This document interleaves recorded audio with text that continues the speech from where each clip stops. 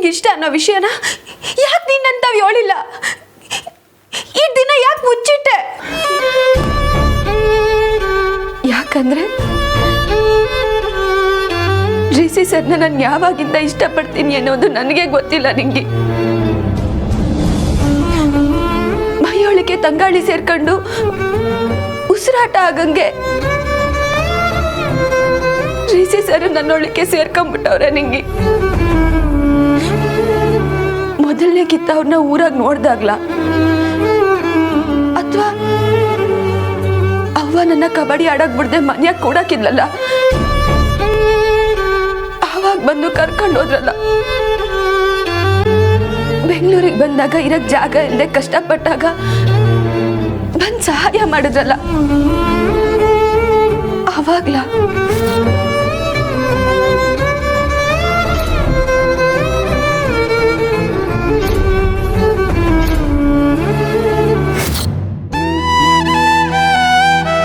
ಗೊತ್ತಿಲ್ಲ ನಿಂಗೆ ಅವ್ರು ನನ್ನ ಹೆಂಗ ಆವರ್ಸ್ಕೊಂಡವ್ರೆ ಅಂತ. ದಿಟ್ಟವಾಗ್ಲೂ ನಂಗೆ ಗೊತ್ತಿಲ್ಲ ನಿಂಗೆ. ಅವ್ರ ಬಗ್ಗೆ ಮಾತಾಡ್ದೇ ಇರೋಂಥ ದಿನ ಇಲ್ಲ, ಅವ್ರನ್ನ ನೆನ್ಸ್ಕೊಳ್ದೇ ಇರೋಂಥ ಕ್ಷಣ ಇಲ್ಲ. ಅವ್ರ ಜೊತೆ ಕಳೆದಂತ ಅಷ್ಟು ಕ್ಷಣಗಳು ನನ್ ಖುಷಿಯಾಗೇ ಇವ್ನಿ. ಜೊತೆ ಮಾತಾಡ್ದಂತ ಮಾತುಗಳು ನನ್ ಮನ್ಸಾಗಿದ್ನ ನಿಂತೈತೆ. ನಿಂಗೆ ಕಲ್ಸೋವಾಗ ಒಬ್ಬ ಒಳ್ಳೆ ಗುರು ಆಗಿ, ಕಷ್ಟ ಅಂದಾಗ ಒಳ್ಳೆ ಗೆಳೆಯನಾಗಿ, ಜೊತೆಲಿರುವಾಗ ಮನೆಯಲ್ಲೇ ಒಬ್ರಾಗಿ ನನ್ನ ಏಟ್ ಚಂದಾಗಿ ನೋಡ್ಕೊಬೋದು ಆ ಚಂದಾಗಿ ನೋಡ್ಕೊಂಡವ್ರೆ. ನಿಂಗೆ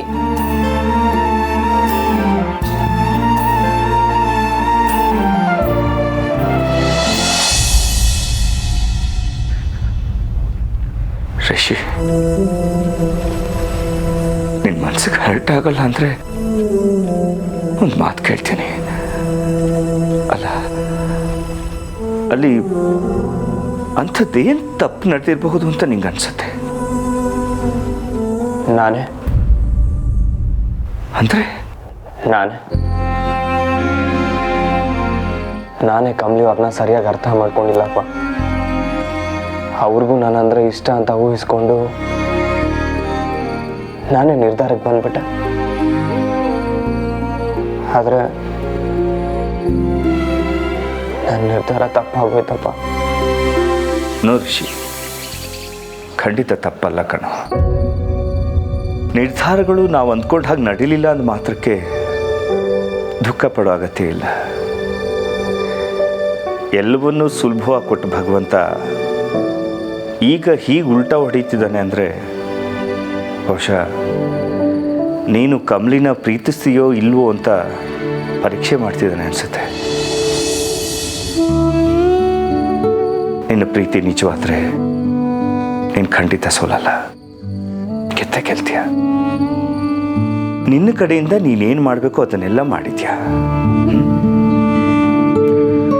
ಆ ಹುಡುಗಿಗೆ ನೀನು ಅವಳನ್ನ ಇಷ್ಟಪಡ್ತಿದ್ಯಾ, ಪ್ರೀತಿಸ್ತಿದ್ಯಾ ಅಂತ ತಿಳಿಸಿದ್ಯಾ.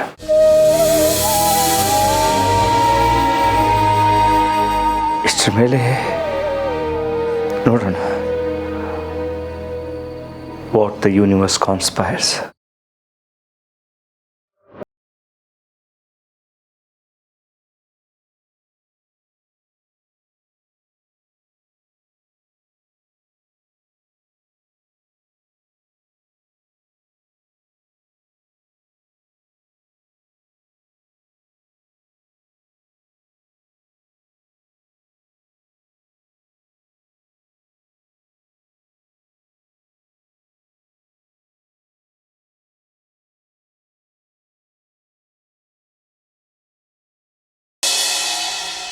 ಪ್ರಪಂಚದಾಗೆ ಸ್ಯಾನೆ ಕಷ್ಟವಾದ ವಿಷಯ ಏನು ಅಂತ ಕೇಳಿದ್ರೆ ಎಲ್ರೂ ತಮ್ಮ ಮನ್ಸಾಗಿರೋ ಪಿರುತಿನ ಹೇಳ್ಕೊಳ್ಳೋದು ಅಂತಾರೆ. ಅದಕ್ಕಿನ್ನ ಕಷ್ಟವಾದ ವಿಷಯ ಅಂದ್ರೆ ನಮ್ಮ ಮನ್ಸಾಗ ಪಿರುತಿ ಇದ್ರೂ ನನಗ್ ಪಿರುತಿ ಇಲ್ಲ ಅಂತ ಹೇಳ್ಕೊಂಡು ಓಡಾಡೋದು ನಿಂಗೆ.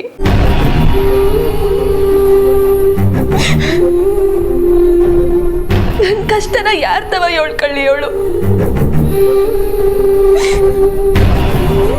ಹೆಸರಿಡ್ದಂತ ನನ್ನ ಮತ್ತೆ ರಿಷಿ ಸರ್ ಸಂಬಂಧನ ಏನು ಅಂತ ನಿಂತವ ಹೇಳಿ ನಿಂಗೆ.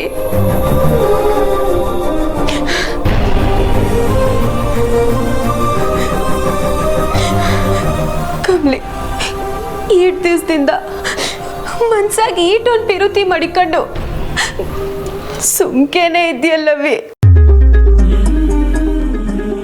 ಅವರು ನನಗೋಸ್ಕರ ಏಟೆಲ್ಲ ಮಾಡವ್ರೆ ನಿಂಗೆ. ಎಲ್ಲದಕ್ಕಿಂತ ಹೆಚ್ಚಾಗಿ ಅವನ್ನ ಪ್ರಾಣಾಪಾಯದಿಂದ ಕಾಪಾಡವ್ರೆ. ಆ ಕ್ಷಣಕ್ಕೆ ಅವ್ರು ನನಗೆ ದೇವ್ರಾಗೋದ್ರು ನಿಂಗೆ.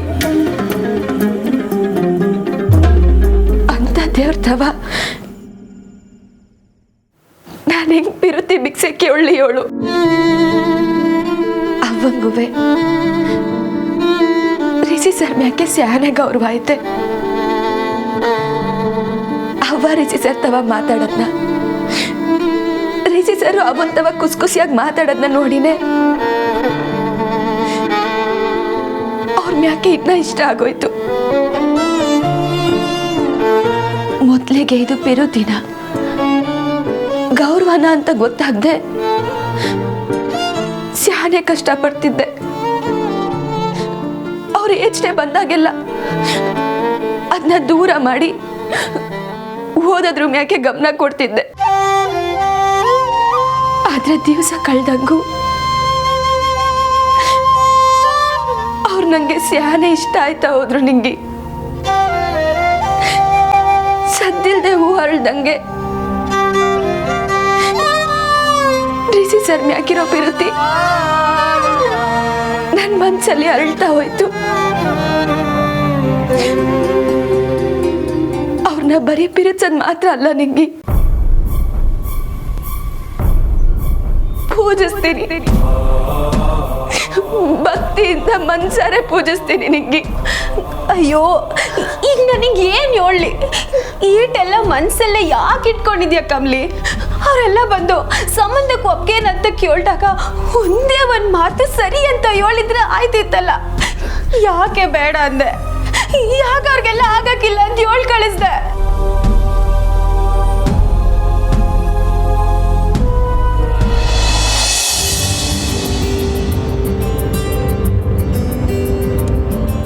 ಇಲ್ಲಿ ನೋಡು ಪುಟ್ಟಿ, ಎಲ್ಲ ನಿಂಗೆ ಇಷ್ಟ ಆಗಿರೋ ಡ್ರಾಯಿಂಗ್ಸು ಎಷ್ಟು ಚೆನ್ನಾಗಿದೆ ಅಲ್ಲ.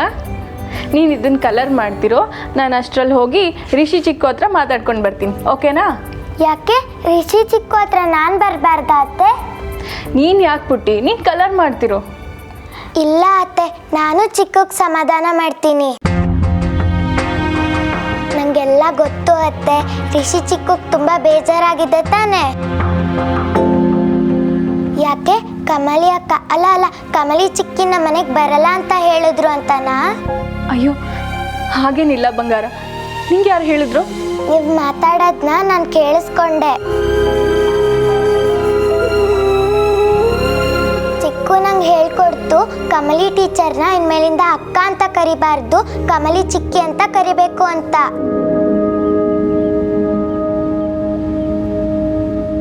ನಾನು ಇನ್ಮೇಲಿಂದ ಅವರನ್ನ ಚಿಕ್ಕಿ ಅಂತಾನೆ ಕರೀತೀನಿ. ಅವ್ರ ಈ ಮನೆಗೆ ಬರ್ತಾರಲ್ವಾ ಅತ್ತೆ?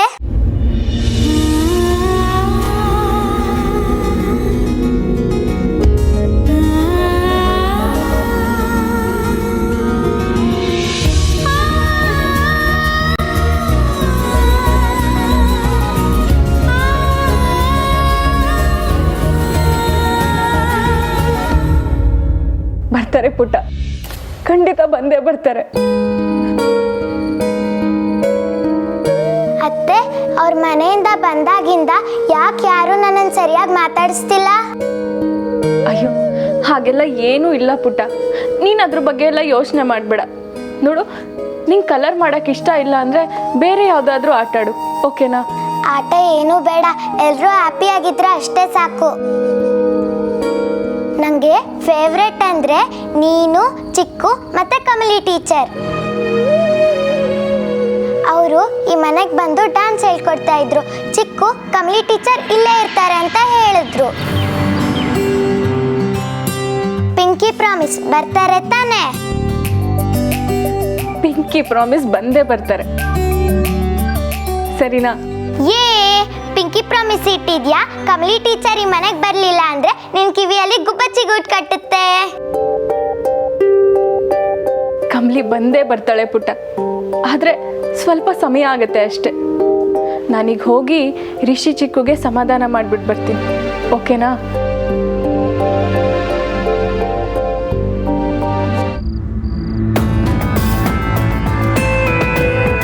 ಅಮ್ಮ, ಲಾಸ್ಟ್ ಟೈಮಿಗೆ ಕಂಪೇರ್ ಮಾಡಿದ್ರೆ this time we are leading. I think this is a good sign for us to start something new. ಏನಂತೀರಮ್ಮ?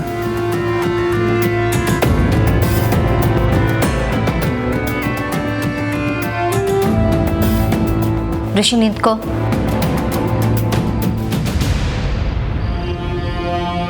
ನಿನ್ನ ಜೊತೆ ಸ್ವಲ್ಪ ಮಾತಾಡಬೇಕು, ನಿಂತ್ಕೋ.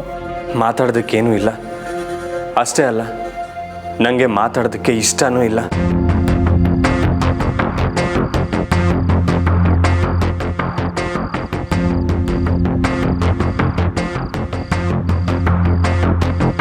ನೀನು ಬೇಜಾರು ಮಾಡ್ಕೋಬೇಡ ರಿಷಿ, ನನಗೆ ಅರ್ಥ ಆಗುತ್ತೆ.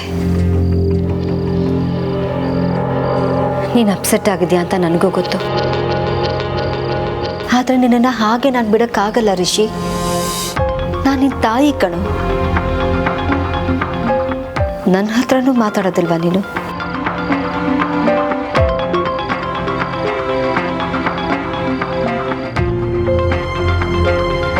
ಅಮ್ಮ ಪ್ಲೀಸ್. ನಾನು ಇನ್ನೂ ನಿನಗೇನು ಮಾಡಬೇಕು ಹೇಳು ರಿಷಿ. ನೀನು ಆಸೆ ಪಟ್ಟಿದ್ದನ್ನೆಲ್ಲ ನಿನಗೆ ಕೊಡಿಸ್ಬೇಕು ಅಂತಾನೆ ಮೊದಲಿಂದನೂ ನಾನು ಆಸೆ ಪಟ್ಟಿದ್ದು. ನಿನ್ನ ಖುಷಿನೇ ನನ್ನ ಖುಷಿ ಕಣೋ. ಆದರೆ ಈ ಒಂದು ವಿಷಯ ಮಾತ್ರ ನನ್ನ ಮನಸ್ಸಿಗೆ ನೋವು ತಂದು ಕೊಟ್ಬಿಡ್ತು.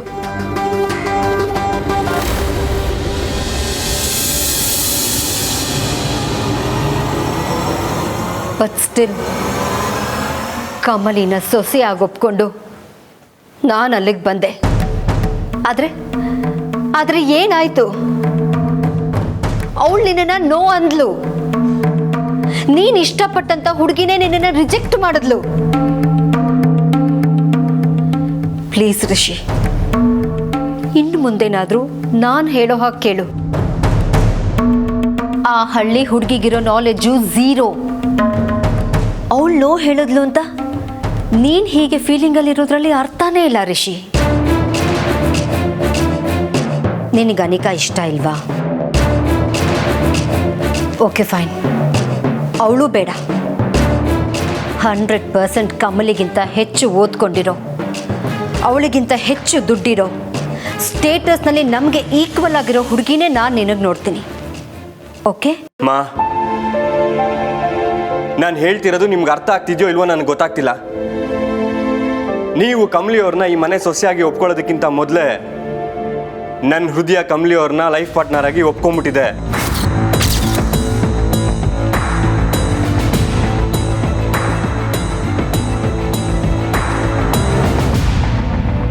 ಸರಿ ರಿಷಿ, ನಿನಗೆ ನಾನು ಹೇಳೋದು ಅರ್ಥ ಆಗ್ತಿದ್ಯಾ? ಈಗ ಅದಕ್ಕೆ ಏನು ಮಾಡೋಣ? ನಿಮಗೆ ನಿಜವಾಗ್ಲೂ ನನ್ನ ಮೇಲೆ ಕಾಳಜಿ ಇದ್ರೆ, ನನ್ನ ಮುಖದಲ್ಲಿ ಖುಷಿ ನೋಡಬೇಕು ಅಂತಿದ್ರೆ ಕಮಲಿ ಅವ್ರನ್ನ ಒಪ್ಸಿ ಅಮ್ಮ. ಈ ಮನೆಗೆ ಕಮಲಿ ಅವ್ರನ್ನ ಸೊಸೆಯಾಗಿ ಕರ್ಕೊಂಬನ್ನಿ.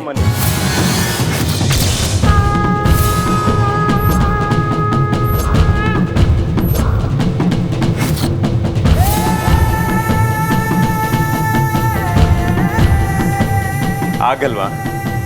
ಹೇಳಿ ಅಮ್ಮ, ಆಗಲ್ವಾ? ಹಾಗಾದರೆ ಇದನ್ನು ನನಗೆ ಬಿಟ್ಬಿಡಿ. ನನ್ನ ಕೈಯಲ್ಲಿ ಏನಾಗುತ್ತೋ ಅದನ್ನು ನಾನು ಮಾಡ್ತೀನಿ.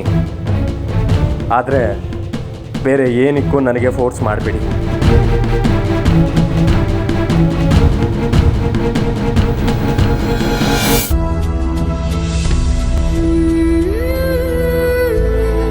ರಿಷಿ ಸರ್ ಅಂತವರು ನಮ್ಮ ಜೀವನದಾಗಿ ಹಿತೈಷಿಗಳಾಗಿ ಜೊತೆಗಿದ್ರೆ ಸಾಕು, ನಮ್ಮ ಬದುಕು ಏಟೋ ಸುಧಾರಿಸ್ಕೊಳ್ತೈತೆ ನಿಂಗೆ. ಅಂತವ್ರು ನನ್ನ ಬದುಕಿನ ಸಂಗಾತಿಯಾಗಿ ಬರ್ತೀನಿ ಅಂದಾಗ ನಾನು ಬ್ಯಾಡ ಅಂತೀನಿ ಅಂದರೆ ಅದಕ್ಕೂ ಕಾರಣ ಇರ್ತೈತೆ ನಿಂಗೆ. ರಿಷಿ ಸರ್ ನನ್ನ ವಿರೋಧಿ ಮಾಡ್ತಾರೆ ಅಂತ ಅಳತೆ ಮಾಡಿ ನನ್ನಿಂದ ಹೇಳೋಕ್ಕಾಗಕ್ಕಿಲ್ಲ ನಿಂಗೆ. ಅದು ನನ್ನ ಮನಸ್ಸಿಗೆ ಸೆಂದಾಗಿ ಗೊತ್ತೈತೆ. ಅವ್ರ ವಿರೋಧಿ ಪರಿಶುದ್ಧವಾದದ್ದು. ನನಗೆ ಕಷ್ಟ ಅಂದಾಗ ಯಾವುದೇ ನಿರೀಕ್ಷೆ ಇಲ್ಲದೆ ಸಹಾಯಕ್ಕೆ ಮುಂದೆ ಬರ್ತಾರೆ. ಜೀವನದಾಗೆ ಅವ್ರು ನನ್ನ ಖುಷಿಯಾಗಿ ನೋಡ್ಕೋತಾರೆ ಅನ್ನೋದ್ರಾಗೆ ನನಗೆ ಯಾವುದೇ ಸಂಶಯ ಇಲ್ಲ ನಿಂಗೆ. ಆದರೆ ರಿಷಿ ಸರ್ ಮಾತ್ರ ನನ್ನ ಒಪ್ಕೊಂಡ್ರೆ ಸಾಕಾಗಕ್ಕಿಲ್ಲ ನಿಂಗೆ. ನನಗೆ ತುಂಬ ಕುಟುಂಬದ ಜೊತೆ ಇರಬೇಕು ಅನ್ನೋ ಆಸೆ. ಅವರವ್ವ, ಅಪ್ಪಯ್ಯ, ಅಣ್ಣ, ಅತ್ತಿಗೆ ಎಲ್ಲರೂ ನನ್ನ ಒಪ್ಕೋಬೇಕು.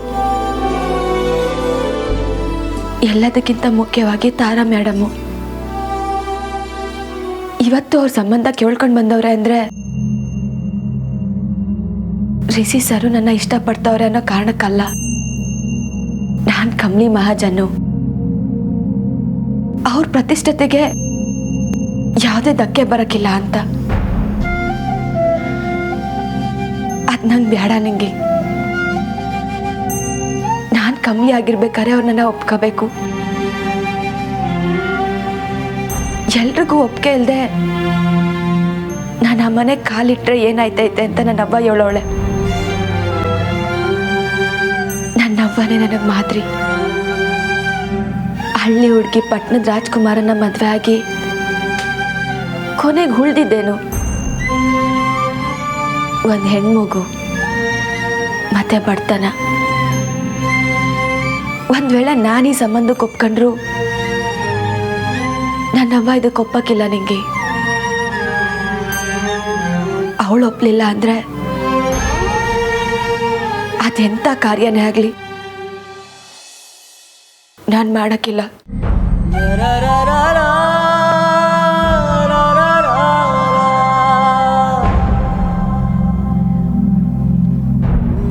ನಿಂಗೆ ನಂಗೊಂದು ಮಾತು ಕೊಡ್ತೀಯಾ? ಏನ್ ಕಮಲಿ? ಏಸಿಯಾ ಯಾರಿಗೂ ಗೊತ್ತಾಗದ್ ಬೇಡ ನಿಂಗೆ. ನನ್ನ ಮನ್ಸಾಗು ರಿಷಿ ಸರ್ ಮ್ಯಾಕ್ ಪಿರುತಿ ಐತೆ ಅನ್ನೋದು ನನ್ನ ನಿನ್ನ ಮಧ್ಯನೇ ಇರಲಿ. ಇದನ್ನ ಯಾರಿಗೂ ಹೇಳಕ್ಕಿಲ್ಲ ಅಂತ ಮಾತು ಕೊಡು.